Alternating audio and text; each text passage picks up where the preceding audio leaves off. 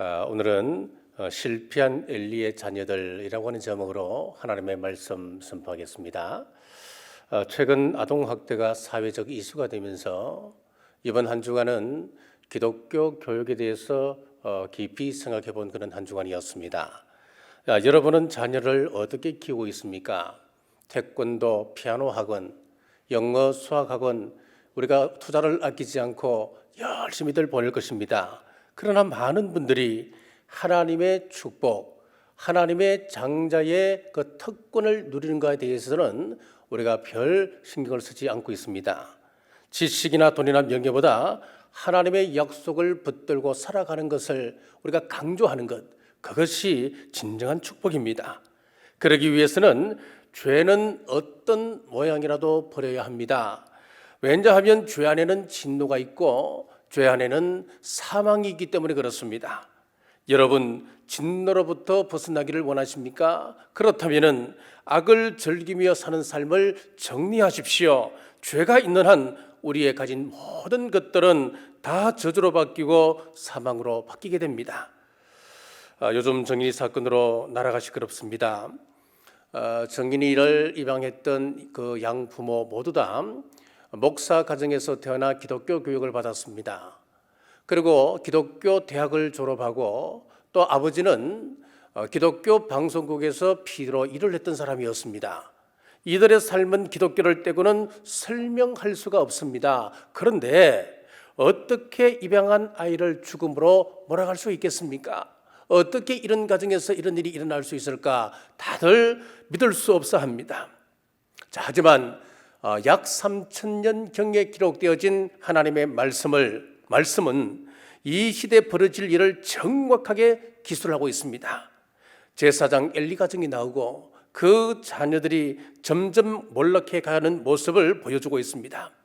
여기까지는 여러 역사책에서나 별 차이가 없습니다. 하지만 성경은 그 다음 문제 제기만 하고 있는 것이 아니었습니다. 그 문제 제기를 하고 난 이후에 시공을 초월하여서 문제 해결의 해법을 제시하고 있고 새로운 소망을 품을 수 있게 합니다. 이것이 바로 성경의 위대함입니다. 30절 말씀입니다. 그러므로 이스라엘의 하나님 나 여호와가 말하노라. 내가 전에 내 집과 내 조상의 집이 내 앞에 영원히 행하리라 하였으니 이제 나 여호와가 말하노니 결단코 그렇게 하지 아니하리라. 나를 존중히 여기는 자를 내가 존중히 여기고 나를 멸시하는 자를 내가 경멸하리라. 오늘 말씀을 통하여서 엘리 자녀들이 어떻게 하나님을 멸시했고 또 그들이 어떻게 하나님으로부터 사랑받을 수 있는 방법이 있었는지를 우리는 말씀을 통해 살펴보겠습니다. 엘리의 자녀들은 첫째, 예배를 소홀히 함으로 하나님을 멸시했습니다. 17절 말씀입니다. 이 소년들의 죄가 여호와 앞에 심히 컴은 그들이 여호와의 제사를 멸시함이었더라.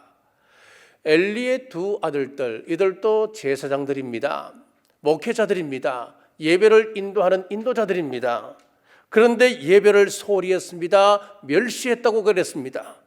두 아들은 백성이 갖고 온 재물을 중간에서 가로채었습니다. 하나님 것을 구별하지 않았습니다. 재물은 맨 먼저 하나님께 드려지게 됩니다. 그런데 홈리와 비느하스가 사람들을 보내어서 갈고리로 찔러 거기에 걸려드는 것들은 우선적으로 가져오게 했습니다. 주지 않으면 뺏어왔다 그랬습니다. 기름은 하나님의 것이라 했습니다. 그런데 기름을 가져왔습니다. 이렇게 하나님 앞에 드려지는 이 제사를 멸시함으로 인해서 그는 진노를 샀습니다. 여러분, 우리 자녀들에게 예배에 대해서 정확하게 가르쳤어야 합니다. 잘못 가르치면 어려움 당합니다. 자녀들에게 일찍부터 헌금생활 정확하게 가르치십시오. 하나님을 어떠므로 하는 신앙생활 가르치십시오. 일주일의 첫날을 정확하게 구별할 수 있는 것 여러분 가르치십시오. 철저하게 하나님의 것을 구별하는 것 훈련시키셔야 합니다. 구별을 모르면 아무리 좋은 것을 갖다 준다 하더라도 그것을 관리를 못합니다. 간수를 못합니다. 하나님의 축복을 유지할 수 있는 방법을 가르쳐주지 않는다면 그 모든 축복이 모두 무효가 되어버리고 마는 것입니다. 자, 이스라엘 백성들에게 하나님께서 가나안 땅을 약속하셨습니다. 가나안의 첫 성 여리고는 무사히 지나갑니다. 그런데 이 여리고 성과는 비교도 안 되는 그 아이성에서는 처절한 패배를 맛보게 되지요. 이유가 무엇이었습니까? 가나안의 첫 성 여리고는 첫 것이기 때문에 하나님의 것이라는 겁니다. 거기서 얻어지는 모든 것들은 사람들이 취하지 못하게끔 했습니다. 그런데 아간이라고 하는 한 사람이 신하들산 외투를 숨겼습니다. 은과 금을 숨겼습니다. 자, 하나님은 그 일 때문에 이스라엘 전체를 패배하게끔 하셨습니다. 하나님께 구별해야 할 것 내 것으로 삼아버리면 내가 구별되어집니다. 내가 제물로 바쳐지게 됩니다. 그래서 아간과 그와 함께했던 모든 가족들은 돌무더기에 쌓이게 되는 겁니다. 죽음을 맞게 되는 것입니다. 그들이 구별시켜 버렸습니다. 우리가 11조 생활하는 것, 한 주간의 첫날을 하나님께 구별해 드리는 것은 결국은 우리를 위한 것입니다. 자녀들 잘 되게 하려면 구별시키는 훈련 철저시켜야 합니다. 자녀들에게 교육하기에 앞서서 지금 나는 하나님 앞에서 예배의 방해 요소를 가지고 있지는 않는지요. 어떤 일이 있어도 우리가 예배 방해자가 되면 안 됩니다. 그것은 하나님께서 가장 싫어하는 일입니다. 기억하십시오. 하나님이 가장 기뻐하시는 것은 예배입니다. 자, 하나님 중심이라고 하는 책에 보면 이런 이야기가 나옵니다. 이집트는 90% 이상이 이슬람을 믿는 이슬람교를 섬기는 그 이슬람 국가입니다. 이런 나라에 소수의 그리스도인이 있다고 하는 거예요. 이집트에서 그리스도인으로 살아간다고 하는 것은 많은 불편, 많은 고난의 길을 각오해야 합니다. 아무리 공부를 많이 해도 출세할 수가 없습니다. 좋은 대학을 나왔다 하더라도 취업을 할 수가 없습니다. 공기업에 입사할 수도 없습니다. 자, 이렇게 큰 불이익을 당하면서도 이집트의 그리스도인들은 신앙을 붙들고 살아가는 사람들이 있다고 하는 거예요. 언젠가 정부에서 기독교 지도자들을 불렀습니다. 리더를 불러서 앞으로 너희들에게 신앙의 자유를 줄 터인데 조건이 하나 있다. 모카탐에 살아간다면 신앙의 자유를 줄 수 있다라고 했습니다. 이 모카탐 지역이 어떤 지역이냐면은 이집트의 수도 카이로에서 나오는 모든 그 쓰레기가 모아지는 그런 곳입니다. 그곳에 가서 쓰레기를 분리수거하며 거기서 너희들끼리 살아간다면 그곳에서 신앙 예배 드리는 것 그것 허용할 수 있다고 그렇게 이야기했습니다. 그랬더니 그 지도자들이 조금의 망설임도 없이 그렇게 하겠다라고 이야기했습니다. 그리고 수백 년 세월이 흘러서 지금 그 후손들이 그곳에서 자리를 잡고 그곳에서 쓰레기 분리를 하며 그들은 살아가고 있는데 신앙을 여전히 지켜가고 있다고 하는 것입니다. 거기에 들어가면 십자가가 여러 개 눈에 보이고 주일이 되면 그들은 깨끗하게 목욕을 하고 깨끗한 옷을 입고 약 한 2만 명이 모이는 동굴교회에서 그들은 예배를 드린다고 합니다. 우리는 어떻습니까? 지금 코로나로 인하여서 모임에 제약이 있지만은 이 문제가 해결된다면 여러분들은 예배를 위하여 나의 가장 소중한 것 버리고 이 예배에 선택할 수 있을런지요? 예배는 사람에게 보이거나 자신의 목적을 이루기 위해서 하는 것이 아닙니다. 하나님께 경배를 드리는 것입니다. 하나님을 경외한다고 하면서 우리가 예배를 소홀히 여긴다면 그것은 모순이 아닐 수 없습니다. 그러므로 예배의 성실한 우리 모두 되시길 주님의 이름으로 축복합니다. 둘째, 말씀을 무시했습니다. 사무엘상 3장 1절 말씀입니다. 아이 사무엘이 엘리 앞에서 여호와를 섬길 때에는 여호와의 말씀이 희귀하여 이상이 흔히 보이지 않았더라. 말씀이 희귀하다라고 하는 것은 하나님의 말씀이 들려지지 않았다는 이야기입니다. 왜 이렇게 되었겠습니까? 이스라엘 백성들, 특히 제사장과 그의 아들들이 말씀을 무시했기 때문에 그렇습니다. 듣지 않고 순종하지 않았기 때문에 이런 결과가 빚어졌습니다. 말씀을 잘 듣고 순종하는 것, 그것이 하나님을 경외하는 것입니다. 그런데 안타깝게도 엘리와 두 아들들은 말씀을 귀하게 여기지 않았습니다. 그러니 엉뚱한 짓 하는 것 당연한 것입니다. 우리 인간의 본성이 악한데 그 본성을 무시한 채 탑을 쌓는다고 한들 무슨 소용이 있겠습니까? 우리가 살아가는 오늘의 세상을 영적 사상적으로 한마디로 표현하라면 포스트 모더니즘 시대라 할 수 있습니다. 이 포스트 모더니즘이라고 하는 용어가 1980년대에 처음 나왔습니다.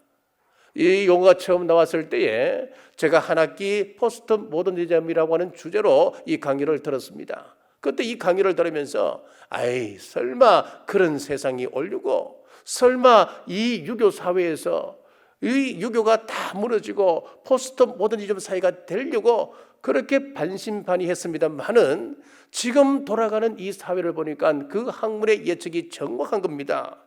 포스트 모더니즘이라고 하는 것은 절대 진리, 절대 가치를 없습니다. 무시합니다. 모든 권위를 부정합니다. 그러다 보니까 성경의 권위도 없습니다.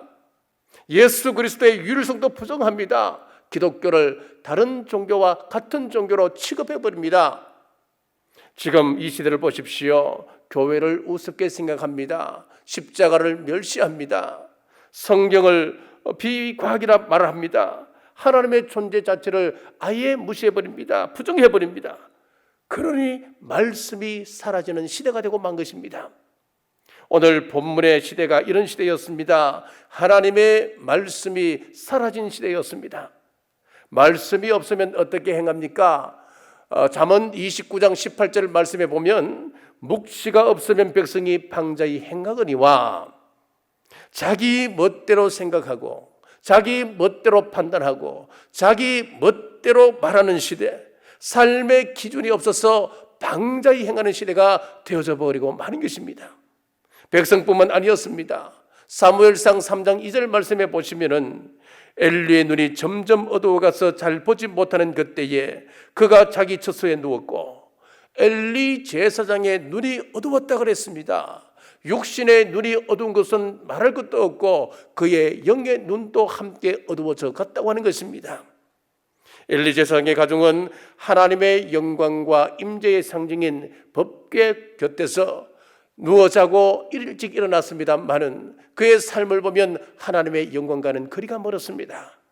하나님의 말씀을 무시하고 제 멋대로 살아가다가 홈리와 비느하스가 전쟁터에서 한날 한시에 죽어가고, 그 소식을 들었던 엘리 제사장은 놀라서 의자에 떨어져 목이 부러져 죽었습니다. 하나님의 사랑을 받고 백성의 존경을 한 몸에 받았던 이 엘리 제사장, 거슬러 올라가면 아론 제사장의 그 가문이 몰락하고 말았습니다. D.L. 무디 목사님이 참 재밌는 이야기를 했습니다. 내가 설교를 하게 되면은 교인들은 그 설교를 나의 말씀으로 받지 않는다는 겁니다. 교인들이 그렇게 이야기한다는 거예요. 이야, 참 재미있다. 저 설교는 내 뒤에 있는 아무개 집사가 들었으면 좋겠네. 그리고는 뒤에 있는 집사님에게 그 말씀을 던져버린다는 겁니다. 야, 이 말씀 참 좋은 말씀이래. 내 아내가 듣고 내 남편이 듣고 내 어머니가 들으면 좋겠네. 옆으로 휙 던져버린답니다. 그렇게 예배가 끝나고 나면 하나님의 말씀은 온데간데 없고 저 멀리 떨어져 있다고 하는 것입니다. 얼마나 안타깝습니까? 사무엘상 3장 19절에 보면 참 귀한 말씀이 나옵니다. 여호와께서 그와 함께 계셔서 그의 말이 하나도 땅에 떨어지지 않게 하시니, 강단에서 선포되어지는 목사의 말이 땅에 떨어지지 아니하고 우리 성도들의 가슴에 온전히 심어진다면 여러분의 삶 속에는 기적이 일어납니다. 이 시대 한국교회 강단의 말씀이 교회를 비판하는 사람들의 발에 밟히지 아니하고 땅에 떨어지지 않는다면 이 시대가 바뀌지 않겠습니까? 이 역사가 새로워지지 않겠습니까? 30절 말씀을 보십시오. 나를 존중히 여기는 자를 내가 존중히 여기고 나를 멸시하는 자를 내가 멸시하리라. 하나님을 존중히 여긴다고 하는 것은 하나님의 말씀을 소중히 여긴다는 말이에요. 나에게 뿌려진 말씀을 새들이 와서 쫓아 먹지 아니하도록 관리하십시오. 내가 받은 말씀이 내 마음밭에 뿌려지게 되면 말씀에 인도함 받는 복된 사람이 되는 것입니다. 우리 예수님께서 말씀하셨습니다. 요한복음 14장 21절에 나의 계명을 지키는 자라야 나를 사랑하는 자니 나를 사랑하는 자는 내 아버지께 사랑을 받을 것이요. 하나님의 사랑을 받길 원한다면 하나님 주신 그 말씀을 지켜라, 그렇게 말씀했습니다.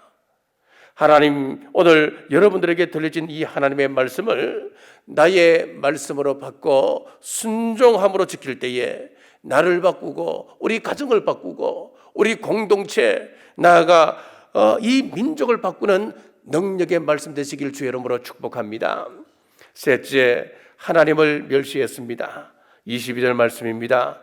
엘리가 매우 늙었더니 그의 아들들이 온 이스라엘에게 행한 모든 일과 회막문에서 수종드는 여인들과 동침하였음을 듣고, 끔찍한 일이지요. 하나님 앞에 예배드리는 성소에서 이런 엄청난 사건이 벌어진 겁니다. 그때 아버지 엘리를 보십시오. 22절에서 23절까지를 보시면은 권면은 합니다. 부드럽게 타이릅니다. 그런데 그 다음 징계가 없었습니다. 하나님을 존중한다면 그럴 수 없습니다. 결국 하나님보다 자식을 사랑하기 때문에 그 가문은 멸망하고 마는 것입니다. 시편 127편 4절에서 5절에 보시면은 젊은 자의 자식은 장사의 수종의 화살 같으니 이것이 그의 화살통에 가득한 자는 복되도다. 자, 분명 자녀는 하나님의 축복입니다. 그래서 얼마나 큰 축복이기에 자녀를 향하여 너의 기업이다 그렇게 말씀했겠습니까? 축복입니다.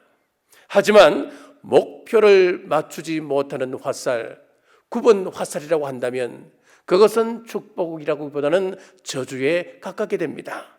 아무리 멀리 높이 멋있게 난다 하더라도 목표를 향하여 나아가지 않는다면, 하나님의 뜻대로 자라지 않는 자녀라면 그것은 이웃과 사회에 해로운 존재가 되고 하나님 나라의 무익한 존재가 되고 마는 것입니다.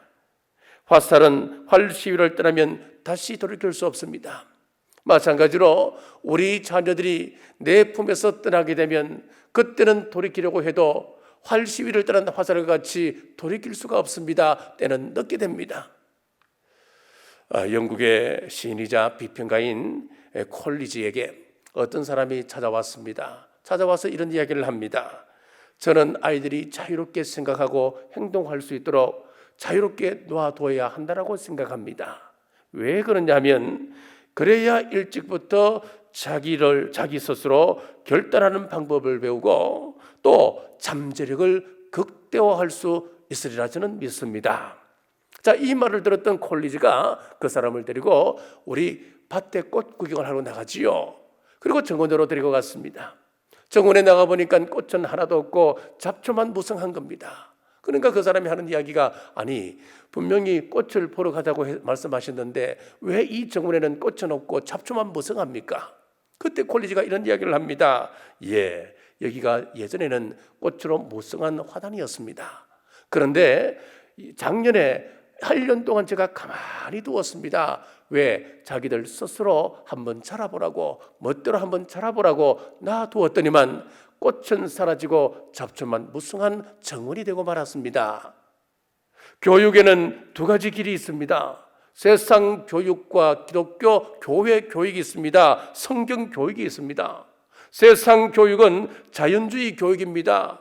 그래서 루소와 페스탈로치, 존 듀이 이런 사람들이 대표적 학자입니다.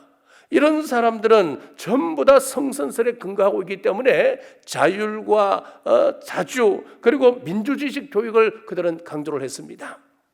이 시대 정교조가 그 교육의 열매라 할 수 있습니다. 대표적인 결과물로 나온 것이 서울시 교육인권조례입니다.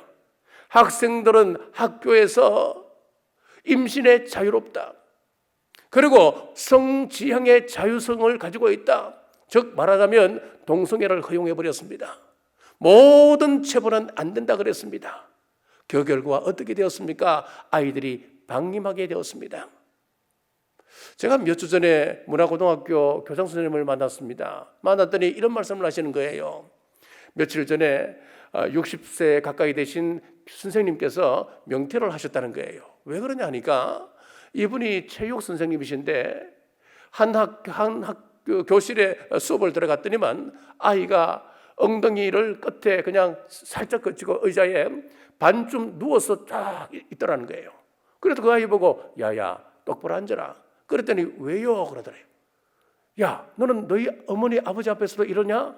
저는 원래 그러는데요. 그러니까 이 체육 선생님이 때릴 수도 없고 체벌을 할 수도 없고 그래서 이 사람이 도에 와서는 명퇴를 신청하셨다는 거예요. 여러분 자유주의 그리고 자연주의 이 사상이 어떤 결과를 빚느냐 하니까 바로 이 아이들의 결과가 이런 결과가 나타난다는 거예요. 방임이라고 하는 거예요. 학교의 교권이 사라진다고 하는 거예요. 그래서 한숨을 쉬시면서 이제 우리 선생님들 다 이제 좋은 시절은 지나갔습니다. 교권이 무너졌습니다. 아이들이 이런 행동을 해도 제재할 수 있는 방법이 없습니다. 라고 한탄을 하셨어요. 그러나 성경을 보십시오. 잠언 29장 15절에 보시면은 채찍과 꾸지람이 지혜를 주거늘 임의로 행하게 버려둔 자식은 어미를 욕되게 하느니라. 채찍과 꾸지람이 지혜를 준다 그랬습니다. 세상 교육과는 정반대인 겁니다. 때문에 오늘날 부모들은 우리 자녀들을 방임하시면 안 됩니다.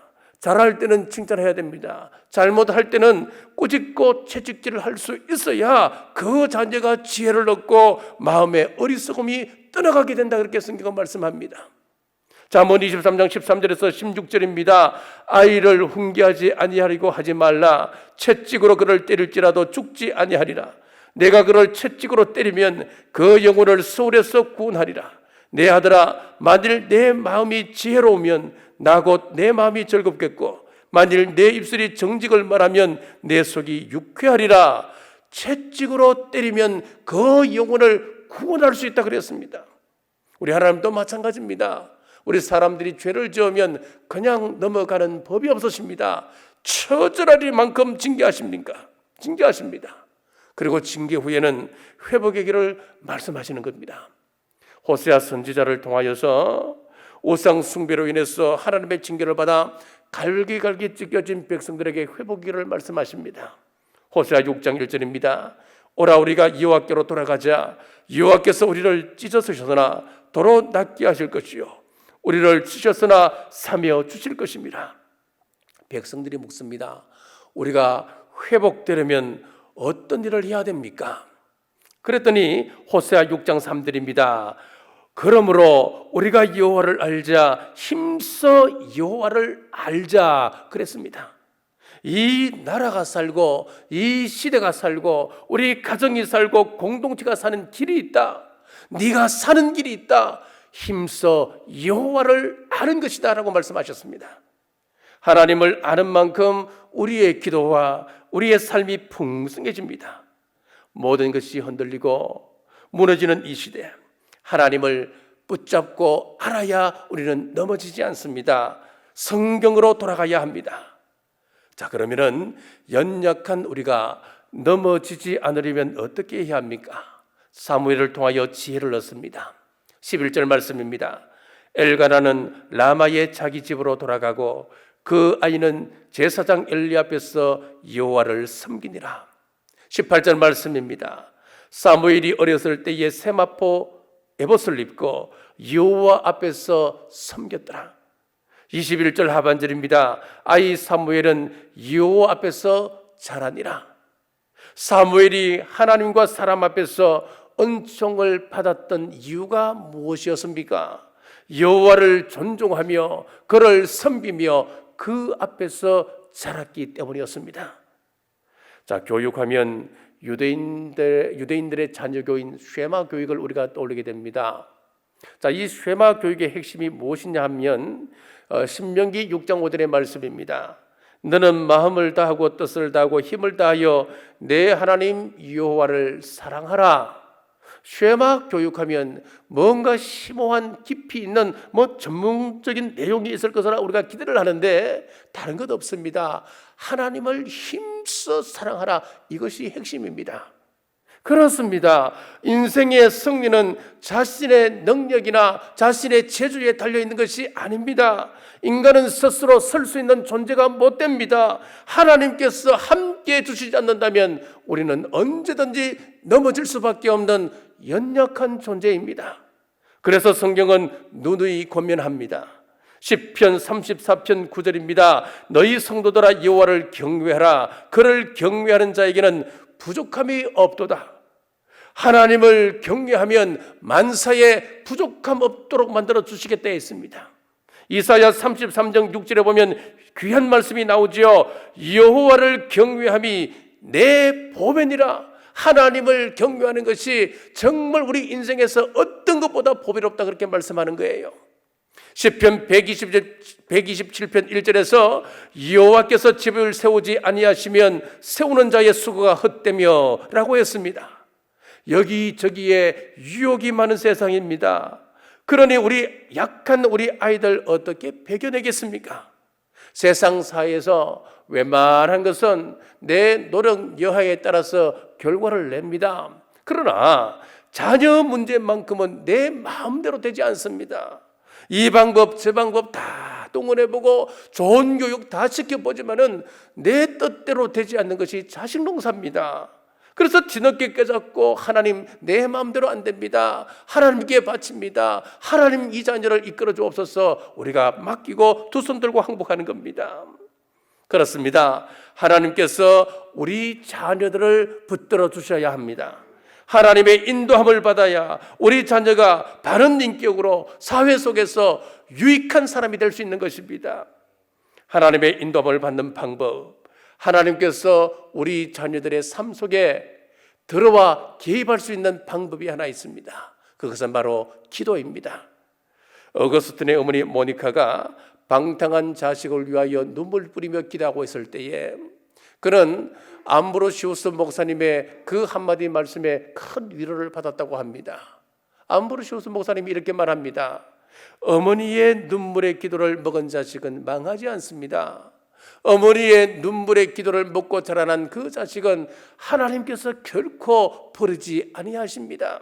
그렇습니다. 아버지 어머니의 눈물을 먹고 자라난 자식은 망하지 않습니다.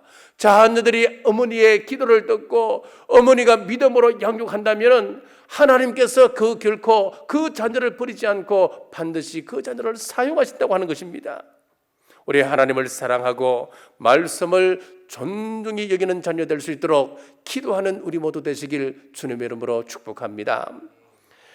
과거 권력자들은 주기적으로 발생하는 대역병의 화살을 약자들에게 마녀 사냥이라고 하는 굴레를 씌워서 대중의 분노와 두려움을 상쇄시켜 나갔습니다.